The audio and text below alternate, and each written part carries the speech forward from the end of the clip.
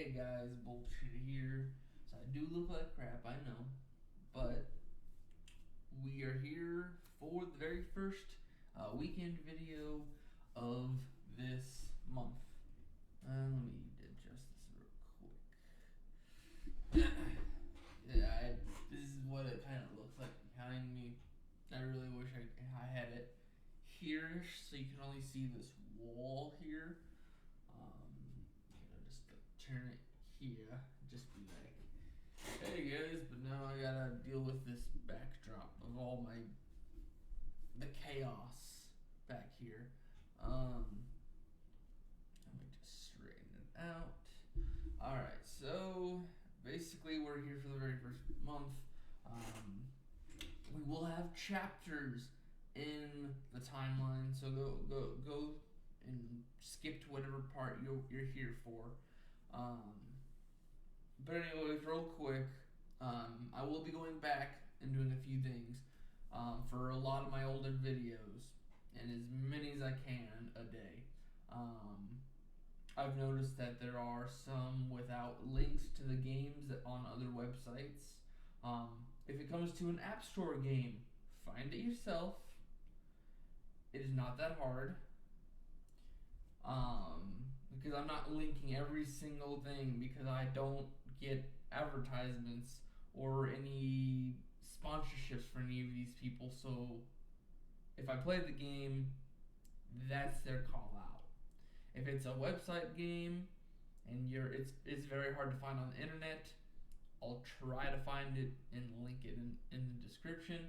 2, they'll be having chapters. I'll be adding chapters to old videos. Because there are some that are so long that it is hard to get through without such things. 3, thumbnails to make it more easier for people to actually watch certain content. Of course, like some of my old videos where I have to literally take a video of the screen because I didn't have the budget to buy a computer and all that at that time.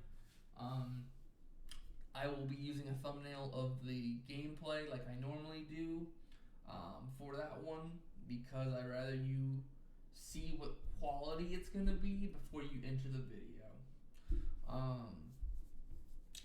And then the biggest announcement of the video is the fact that Bolt Shooter may not be my name for much longer because I have been told multiple times by the biggest person that said it has been my uncle that Bolt Shooter doesn't exactly tell you guys what my channel has in store.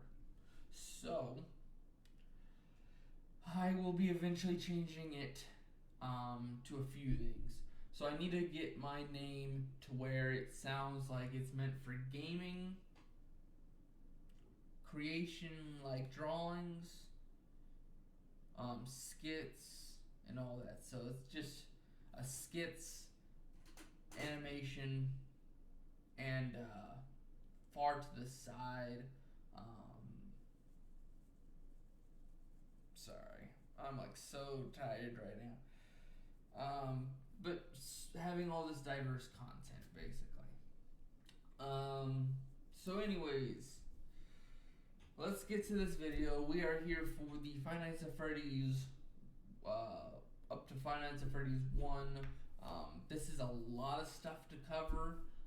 So basically what we're doing here for this video is instead of just jumping right into the timeline or the canon or actually trying to solve the mystery of Five Nights at Freddy's, all this is saying is this is how the fandom visualized the information. So we're starting with the introduction. Basically this is where Scott was actually making the game. This is his background before making Five Nights at Freddy's. And then we'll be going into Five Nights at Freddy's with FNAF 1's start. This will be doing basically the setup for Five Nights at Freddy's. and then we'll start with the more collective information we've learned about Five Nights at Freddy's as a whole from just this one game. And then of course we do have a smaller section for Easter eggs. This will kind of pertain of why we have so much large information about what the story entails by just the Easter eggs. Because Five Nights at Freddy's 1, you wouldn't know how the story goes if it weren't for the Easter eggs. And then of course we have the final section, which is the whole reason for this video, is the fan base. How does the fan base look at it after Five Nights at Freddy's 1 has been played through, has got all of its collective content out of the way? So anyways, ready for the introduction into Scott Cawthon. Alright. So in 2013, a small time game designer, Scott Cawthon, released the newest game, Chipper and Sons Lumber Co. Prior to this, he had made games about his faith in Christianity and on top of animation, because he was originally made for computer animation. He never had a job with games until he started making his own games, and he had games that went so big as Desolate Hope, onto he started making things smaller, so just to get enough money for his family to try to support them. So things like Sin Survive and Rage Quit, and the most popular one, because it is his icon, There Is No Pause Button, which I think some of these games I'm gonna go start looking for this month, start playing them, because this is his foundation to become a gamer, and if it weren't for these games, we wouldn't have Five Nights at Freddy's today. Anyway, these are easy to make games versus this several years game like Desolate Hope. And he said in the 50/20 mode interview with Dawko that basically he was just trying to get that check for $40-$60 a month to try to support his family per one of these games. So that's why he was jumping them out. So finally he started putting a little bit more effort into this one, and it came out. He believed this game would be fun, joyful, experience, but it turned bad when reviews and comments started coming back about the game, and it did rear its ugly head, saying that his animalistic characters had been like a creepy animatronic. Let's see here. Oh yeah, and then we do have helpers. If you go back to Lumber and Sons Co., I believe that the Lumberbot point 1, 2, and 3 are the biggest reasons why they call them creepy animatronics, because they were basically built like an animatronic. So anyways, this game, Scott was depressed. He hit the game he barely paid, and now his creation. No, hold on. This gave him depression. The games he had made barely paid, and now his creation brought this to negative light. So he tried to use this experience as an inspiration for another game. This time making the creators creepy animatronics with an atmosphere of darkness, depression, and hopelessness. If this didn't work, Scott would give up his game making career, because he's done trying to barely make the bills and barely make enough money to actually get along. He has done this in past he said this particular point in past interviews. Now we're moving on to the Five Nights at Freddy's. This is the start to Five Nights at Freddy's. Let's see. So we have Scott. He would put up a fundraiser for the game, for the only user to donate. He had refunded their money, basically. Scott would use his site, scottgames.com, to tease the game with a basically image of Freddy in the middle with Endo 01s to the side, um, giving a hint of what he would do in the future. And then, of course, he would reveal a trailer, which would go over basically, you're a night guard. You're the night guard. You're here at this pizzeria where we have Freddy, Bonnie, and Chica as this joyful place, but you're not there at the day. You're there at the night, and now you got to deal with these animatronics all over the place. And while Freddy and Chica are kind of sidelined because Bonnie, we'll get to this point during the actual Finance of Freddy's conversation. But Bonnie was a big thing, showing him the lights, showing him run down the hallway like Foxy in the actual game, and then tearing off his head, kind of setting the atmosphere of what this game is going to be. Again, of course, it's going to bring some people in. And then, of course, August 8th of 2014, he would release Five Nights at Freddy's. An indie horror game with something like Sid Survive in mind. He said he didn't have any game in mind during the interview with Daco. He just made it, basically. It's just, I have this inspiration from all these negative comments. This is the groundwork that I've laid. He said it only took him a few days to create half the character models, and then the only person that he actually had to think about was Foxy. And then let's see here. So basically, we got most of that stuff. It blew up so much that his wife had to look at the computer, seeing all the game downloads. On top of August 20th, he was able to get Five Nights at Freddy's greenlit on Steam. And thanks to creators on like such thing as YouTube, it even made them jump on the hype, which made it more virtually known.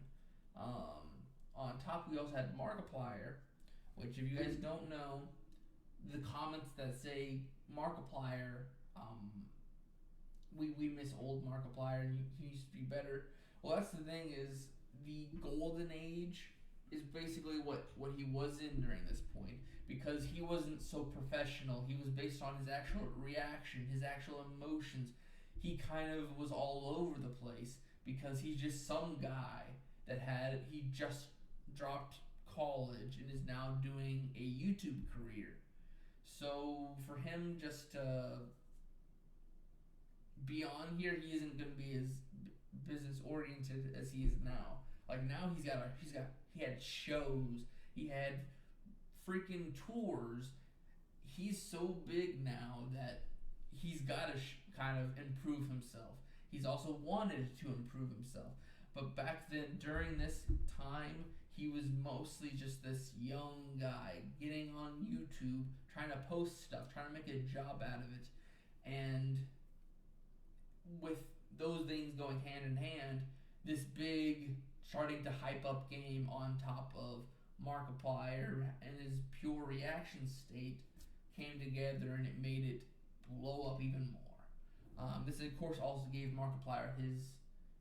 he could have got it eventually. Like he wouldn't be as high as he is now, but this also gave him, I think during this game, he hit the 1 million subscribers point. And of course, things like IMDb and all that have mentioned this, but this game was meant to be played on a gameplay channel.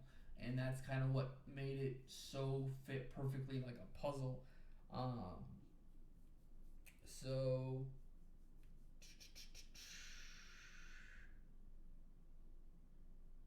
Okay, here we go. Then we start the actual conversation with Five Nights at Freddy's.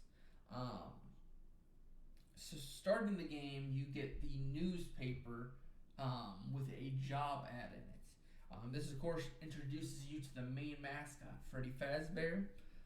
Surrounding this ad, by the way, has Scott's comments of the game when he was creating the game. One of the biggest things that people take away from this is that Bonnie was the scariest part of Five Nights at Freddy's for him, and this actually gave him nightmares. So a little insight on the game developer side. So of course you get the fact that you're a night guard. You're working at the pizza place, Freddy Fazbear's Pizzeria, from 12 to 6 a.m. To look after equipment and characters. You get paid $120 a week, giving people the ability to find the period of time, which is 1993, based on the pay. I believe we also had 94 as like a big runner-up, but 93 just sounded good for the timeline. And I think it is eventually proved upon in the books. And then giving hints about the company's sketchiness with being them avoiding responsibility with injury and dismemberment, which is kind of weird to throw in your ad. That like injury is gonna happen in most workplaces, but dismemberment, and this is just for a night guard. Like, what are you doing that has to do with mechanics that are gonna get you dismembered? Anyways, one of the biggest things I do want to mention before we go on is that Markiplier, from this point on, was one of the only few people to actually go and beat the custom nights. I know we are like kind of centering around Markiplier right now, but Markiplier has been ranked as one of the first to beat most of the hardest difficulties. I think he was number 2 or 3 to beat 420 mode, and then he was, I think, the 3rd for Golden Freddy mode.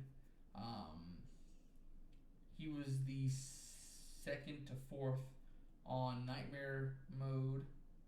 I think it was an aggressive Nightmare mode that he was doing, and then on top of that, he also was one of the first top 10 to beat 420 mode in Five Nights at Freddy's 4. But the only time he actually dropped off was he was very close. I think he was probably very close to the top 10, but he didn't really make it for Golden Freddy mode on Sister Location. That's the only time he wasn't there for the challenge fast enough. But of course, if you guys notice, Golden Freddy mode on Sister Location was probably the easiest to do. Five Nights at Freddy's 1, 2, 3, and kind of 4 are more based on chance. Like, there's a chance this person's gonna move and the camera is closer to you. There's a chance that Freddy and Foxy are gonna say, "Screw you, we're gonna go attack you anyways." With Five Nights at Freddy's 2, you guys seen it on Daco. Toy Bonnie kept spawning, which is probably not that big of a problem, but it always happened to Daco. And then we have Nightmare mode, where basically you just chance 2 things. 1, spawning Dark Springtrap, who is the literal copycat of Springtrap, and then 2, having Springtrap move by a random, and also having a chance to ignore. And then Five Nights at Freddy's 4 is just, there's a chance that they're gonna move up and make it harder for your night. Where Sister Location, all you have to do is understand the mechanics, get an idea of how to work with everyone, and then you can beat the game. So a lot more people were able to run through that. Now back to the main thing, which is now we're moving on to the actual gameplay of it. Welcoming the phone calls. The phone calls are probably the biggest upfront and center thing that kind of introduces the people to the games. People that are not lore hunters and lore keepers are not gonna hunt. Are going to hunt for even more, but people that are just playing the game to play the game, the phone calls are the only thing that they have to go off of, unless they run into like Golden Freddy during this. But during the game you get phone calls from a previous night guard that the fandom called Phone Guy. Night 1, he covers company policies and greetings, adding to the sketchiness of the Fazbear name, including they're hiding deaths by cleaning up your blood and all that, which is cleaning up a crime scene, by the way. Even though they didn't personally do anything, they didn't murder him, but it's still like he died, and you're filing a missing persons report within 90 days, so they can push all the way until day 89, and then like, oh, we forgot to report that this person's missing, or death. So it's kind of like, Jesus, I don't want to work here, but I guess if you're hurting for money, you would go here. Let's see here. We learned that the animatronics could walk around during the day until the bite of 87, which seems to be the company's name for an infamous incident. This, of course, mentions that the animatronic has been the frontal lobe of someone, and that person did live. Because Phone Guy did emphasize that it is fascinating that someone could live without the frontal lobe. And then, of course, let's see. And then we also, the theory for them moving around at night is the fact that, to our knowledge, is their servos are locking up from not moving all day. A threat to the guard is the programming. The animatronics are trying to hold atmosphere of fantasy as if you were an animatronic endoskeleton, which we do get to see during Game Over. There's two theoretical things you can throw in here. Is that one, this could be Phone Guy's last week. Sure, this just means his last week as a night guard, but this also could mean he could be retiring from this. From future stuff is that he could be retiring after this week that he's giving you a recording. He's also the prior night guard, so basically they're kind of working through all the people they can, and now that they have someone who's probably on a higher end, they have to throw him in there to kind of cover the position until he's done with retirement, or he just we can find someone else. Which I believe mostly for myself is I believe Phone Guy was going to retire if he survived. And then the other thing is that he mentions that the animatronics do get quirky, and if I were on stage for 20 years and smelled like that and sang the same stupid songs, I'd be irritable as well. 20 years. This could be a theory if Phone Guy is actually spitting straight facts, because he is kind of like your facts guy for Fazbear Entertainment, period. Does this mean that Fazbear Entertainment has been around since 1973? Or even earlier, this is actual, because if we're actually looking at 92 or 91, it could be earlier than that. But anyways, just the fact that it's in the 70s, because I think we only know about 80s right now, for the short amount of time. We do know about certain things in Security Breach, but we'll get to Security Breach in another video. Of course. So night 2, welcome to another day where now it is revealed that the animatronics will become more active and aggressive throughout the week, and that Freddy will not, while not too active, will come off stage and hide in the dark, including Power Outage. Phone Guy goes over game mechanics, such as, and before I do, I forgot to mention night 1 mechanics in that first section, which was you're time constrained, and then he would be going over cameras, the doors, and the power during the first night. During the second night, he goes over door lights, which are your kind of your blind spot.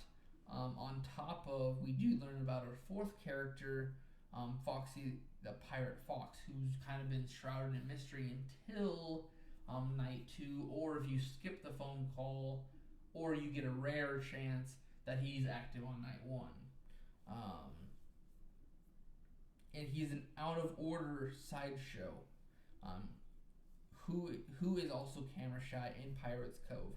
Night 3, this call is short, with Phone Guy's theory of acting dead will save you and might give you some spare time if in a power outage. And this is, I think we've attempted this, but it doesn't really change what Freddie does for his song. I think he just has a chance. By no matter what, he has a chance to play a certain amount of time for that song. Night 4, another short call, due to the reason that the animatronics making Phone Guy's life short. With banging on doors, Freddy's Toreador March, and the ghastly moans, and a different scream from the jump scare. So instead of your normal jump scare noise, it's like a so more robust versus this squeaky scream. He mentions that he did pre-record the messages and to check out the suits and heads in the back room, which the theory is that the previous night guards' remains are within these heads and suits. And maybe if you do get to him in time, that you could save him his life in the morning. Like when your shift ends and when you're safe to leave, go check out the back room. Make sure if he's able to still get out of the suit, which people still believe. Of course it's not going to happen. It's been 4 days since this guy's been probably pushed into a suit. So that means even if he were to survive, he has no food, no water, and you can only survive 3 days without water. So the fact that this guy got stuffed almost a whole week before you started working, he's dead. So night 5 is all it is backwards part of the autobiography of Yogi, which just mentions that there's such things as living metal, which will come up later. Alright, so now going on to the Easter eggs. Elson meeting the bass players, the bass player, Bonnie the Bunny, and Chica the Chicken, who is the food advertiser. The pizzeria seems to change, and in some things you might not have been meant to see. It's me is a phrase you see a lot in visions, and in the right hall, I believe is the East Hall, on Pirates Cove, and on the Pirates Cove sign that normally says out of order.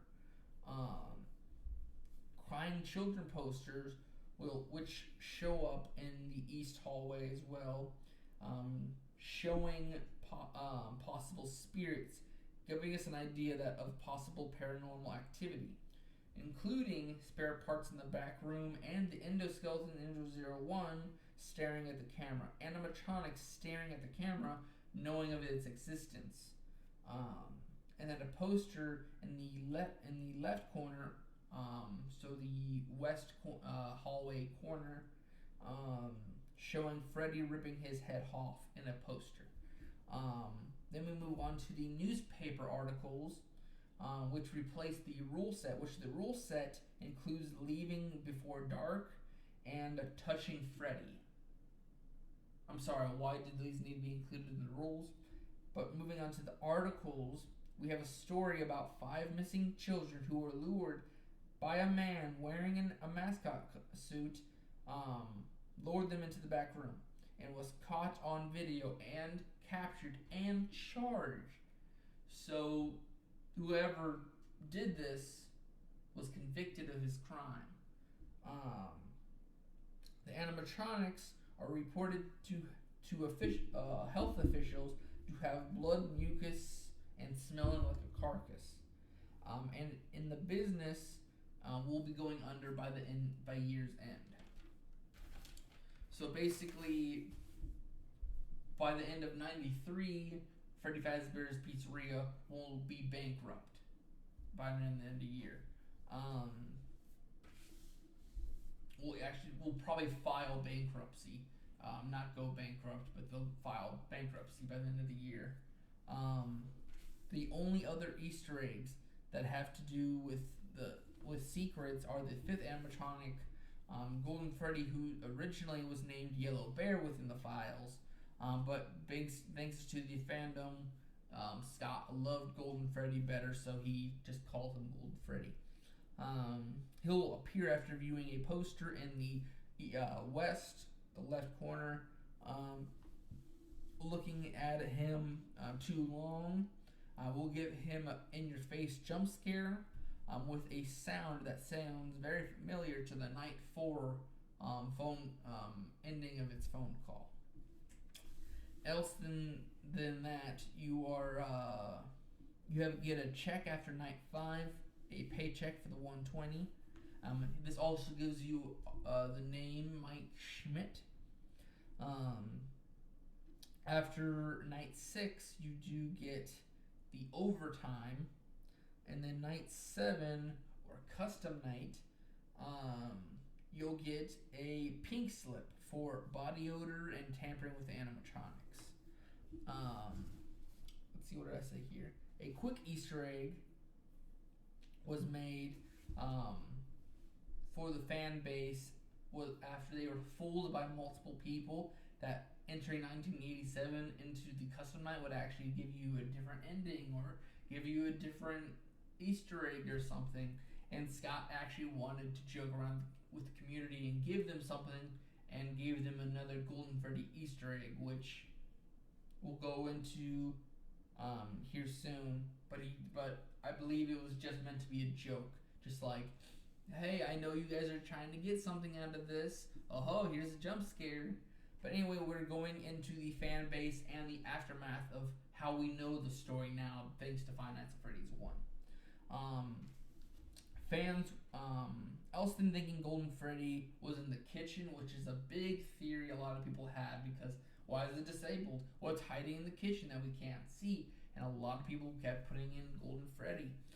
Fans were quick to make their own animatronics, including Sparky, the dog, which is the most believable to be put into the game over screen, which was theoried. Actually, it was faked into thinking it was a secret game over screen, but it turned out false, of course. I remember personally having a snowman who was hiding in the kitchen, and it was basically like a walking refrigerator, I believe. And before we do, there are people who data mined the first game, which we learned that there was a live system, which probably meant you had a certain amount of lives to get through all 5 nights before having to restart. There was also, let's see, what else was there? I know there was at least one more scrapped piece of content during the data mining. Oh boy. Let's see, there was lives. I know there was lives, but let's see here. I think, there was, of course, the different power meters. Like, there's other things they wanted for the power meters and all that to look like. But, of course, we got what we got. The only thing that Scott mentioned that he wanted to introduce in this game, but ended up not, and he pushed into Five Nights at Freddy's 2, was that he wanted a Balloon Boy and the puppet in the first game, but couldn't find the space and was already kind of strict on what he could do, so he pushed those off, and he had them in the back of his mind. Basically, during the interview with Dawko, he mentioned that Five Nights at Freddy's 1, he didn't think about making sequels to it, but he did have more more lore, and he had these ideas for more animatronics in the back of his mind. But thanks to it blowing up so good, he used that to push the story more for Five Nights at Freddy's 2 and on. So he didn't know he was going to continue the game. So technically, if Five Nights at Freddy's 1 he felt was good enough to end it, we could have just not had any other games. Going on to the actual story of the Aftermath, the story was basically around 1973, based on the theory of 20 years. Freddy Fazbear's Pizza was made, where in 1990, we personally are in 1993. A few years ago, there's 5 children that were killed by a man wearing a mascot suit, luring them into the back room and stuffed them into the animatronics, giving them paranormal life. Living metal, thanks to the autobiography of a yogi. And now for revenge, they stuff anyone after hours into the animatronics, and they can actually go along with, like, their programming of the animatronics might also have a part in half their actual behavior. And now for revenge, so I already did that. The only other thing is, so there's actually 2 mysteries. We don't have all these mysteries and all these loose ends. We only had 2 loose ends and 2 mysteries at the end of this game, which was one, how could some man, well, actually we had 3, which was who's the man who got convicted of these murders, and who was he to Fazbear's Entertainment to be able to get close enough to lure in these 5 kids. 2, what kind of mascot costume was he wearing? And 3, who did the bite of 87? Which suspect were Foxy the Pirate Fox. And that's because he was the most dangerous looking animatronic, and he was out of order. Why is he out of order? Golden Freddy, of course, due to the Easter egg that Scott made for the custom night with a 1987 game plugged in. We also have the visions of It's Me, which I think they do have visions of It's Me while he's in the room with you. And then we also have the fact of why he's hiding. Why is this animatronic hiding? Freddy with the rule set, of course.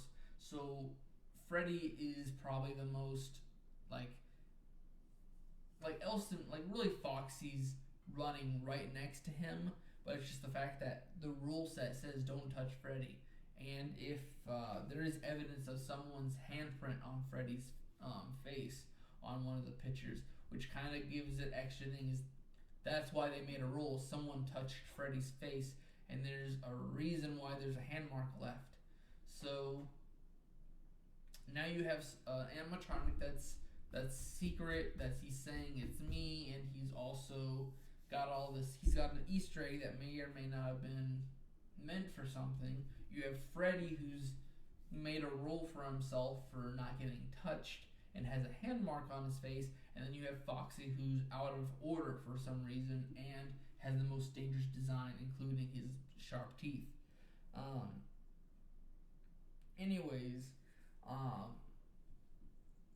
With the popularity of this first game, the stage was set for a franchise.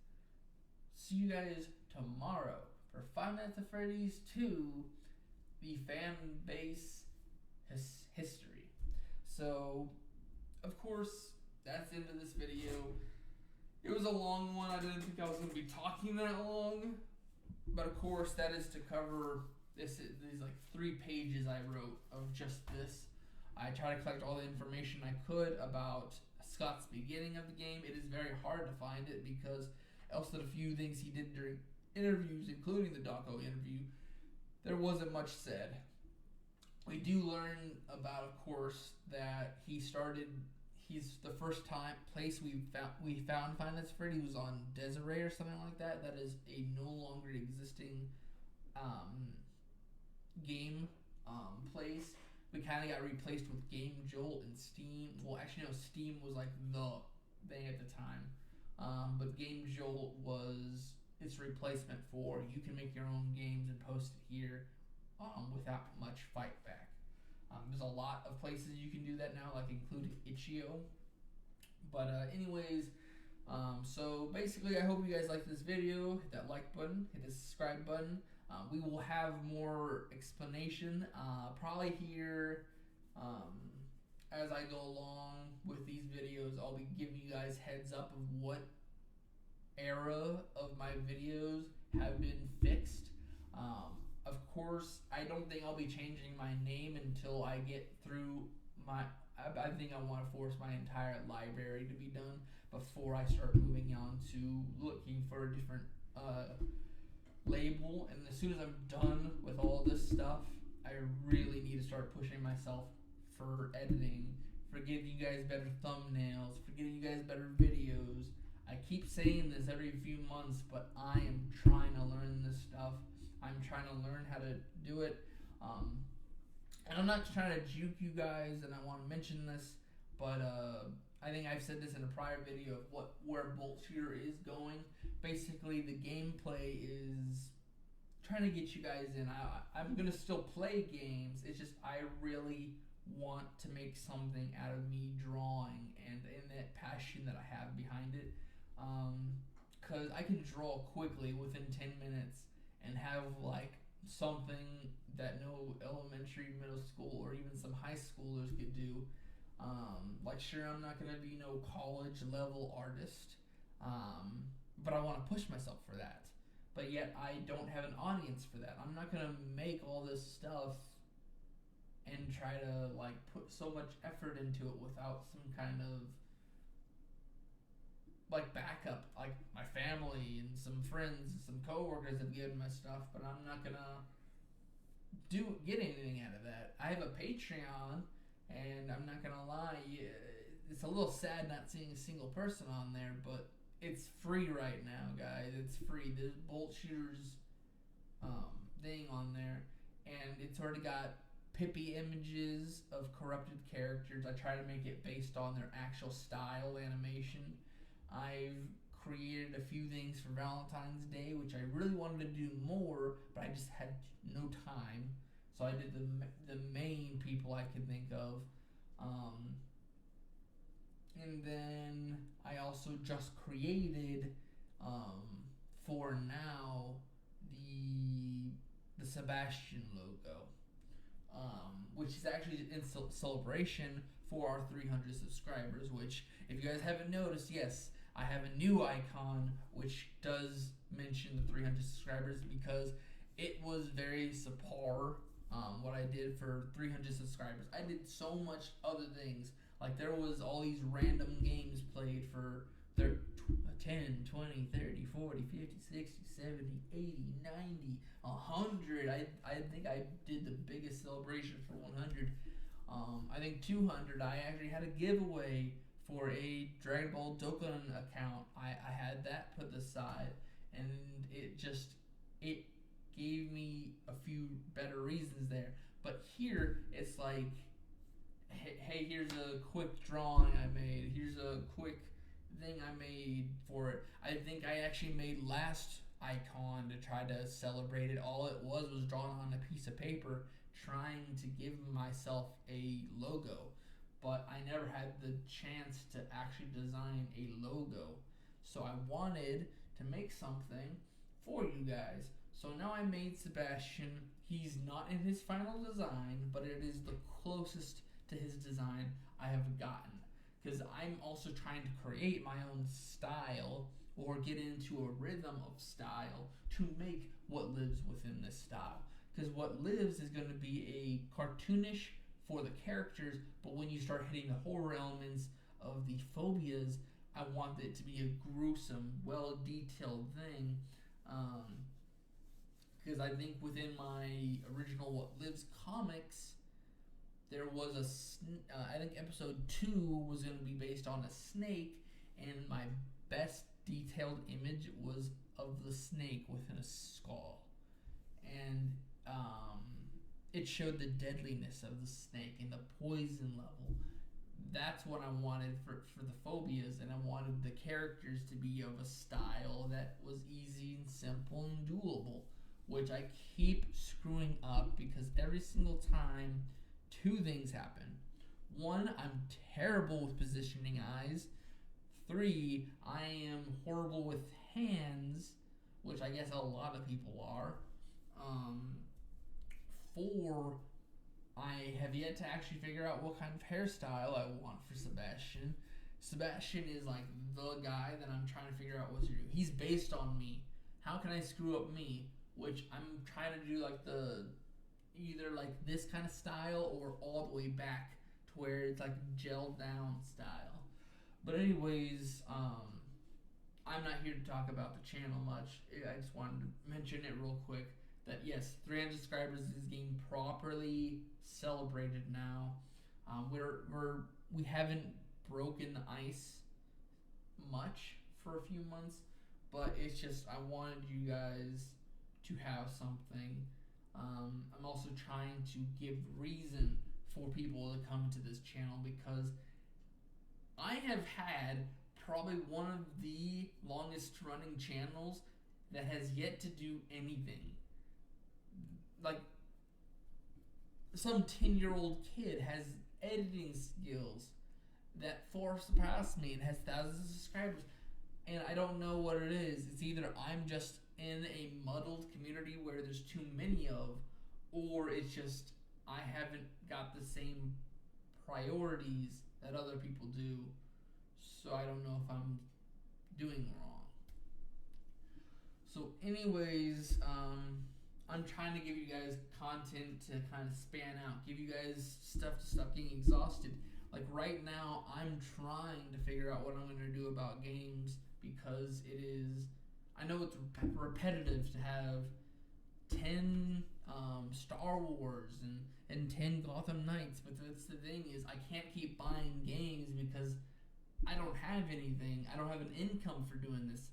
No one's on my Patreon giving me money, which I'm not asking for.